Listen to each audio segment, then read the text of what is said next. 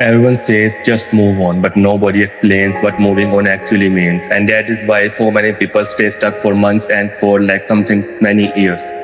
Not because they don't want to or they want to, but because they don't know how. Maybe you are trying to move on from a relationship, maybe you are trying to move on from a friendship that ended, or maybe you are trying to move on from a mistake, a betrayal, or a version of your life that no longer exists. Whatever it is, the pain feels the same. Because moving on is not losing a person, it's about accepting a reality you never wanted, and that is one of the hardest things a human being can do.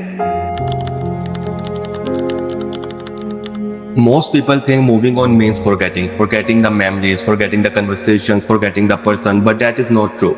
You don't move on by forgetting, you move on by remembering without falling apart. Think about it, there are people from 5 years ago in your life and you still remember them, but they no longer control your emotions. You can think about them without feeling pain. That is what moving on really is, not the absence of memory, the absence of suffering.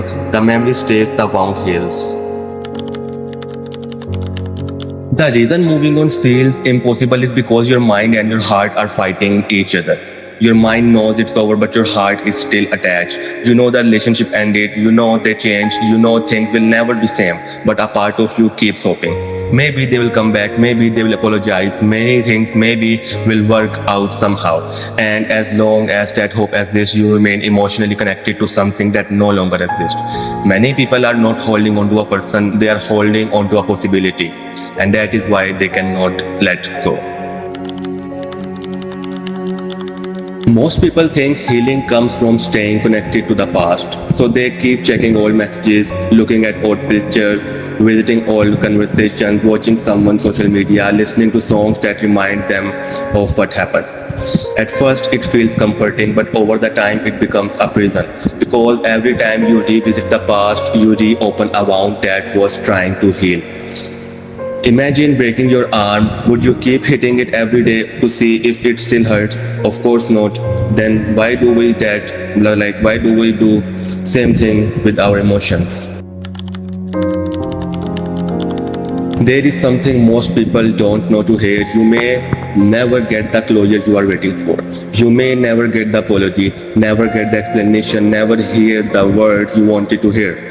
And that is painful because deep down we believe closure comes from another person. But real closure begins when you stop waiting for someone else to heal what they damaged. Because if your peace depends on another person's actions, your peace is no longer yours.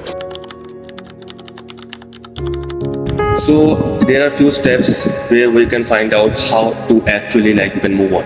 Step number one is accept what happened. This does not mean liking it. This does not mean agreeing with it. It simply means acknowledging reality. What happened, happened. The relationship ended. The friendship changed. The friendship ended. The opportunity was lost. Acceptance is not weakness, basically. Acceptance is like the moment you stop fighting reality. You start accepting reality.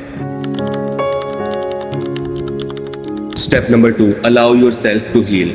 Many people try to stay busy after heartbreak. They distract themselves, they avoid their emotions and pretend they are okay. But pain ignored is pain will come later.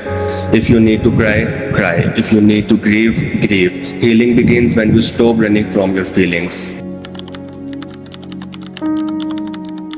Step number three, stop building your life around the past.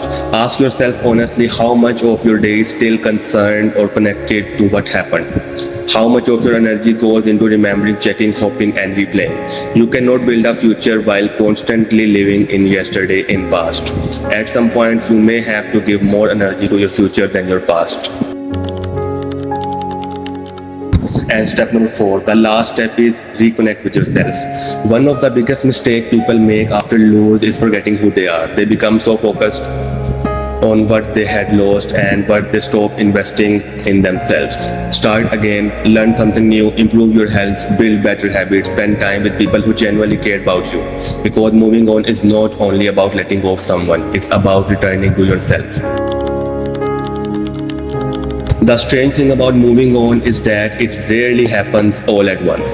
There is not a magical day where everything suddenly feels better. Instead, it happens quietly. One day you realize you did not think about them for a few hours or a few days, then a few weeks. One day their name appears and it does not ruin your mood. One day a memory comes back and you smile instead of cry. The pain becomes smaller, not because what happened mattered less, but because you became stronger now. So before ending this story, I have a final message for you. If you are struggling to move on right now, I want you to remember something. The fact that you are hurting does not mean you are weak. It means something like something really mattered to you in the past. It means you cared. It means you loved, and there is nothing wrong with that.